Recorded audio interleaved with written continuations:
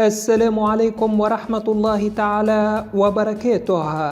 الرجاء الاشتراك في القناة مع تفعيل زر الجرس حتى يصلك كل جديدنا. تشكيلة المنتخب الجزائري المتوقعة أمام رواندا في المباراة الودية. يواجه المنتخب الجزائري نظيره منتخب رواندا على أرضية ملعب استاد محمد حملاوي ضمن مباراة ودية في إطار استعدادات المنتخبين للمنافسات الرسمية، وذلك يوم الخميس الموافق للخامس من جوان 2025 لتمام الساعة 6 مساء بتوقيت الجزائر.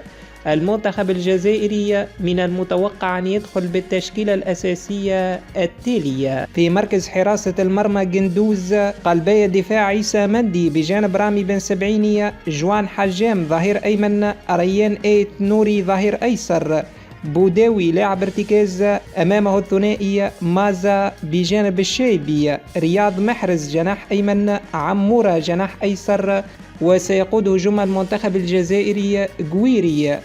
ما هي توقعاتكم لنتيجة مباراة المنتخب الجزائري ضد نظيره منتخب رواندا؟ نرجو أن تتركوا ذلك في التعليقات أسفل الفيديو.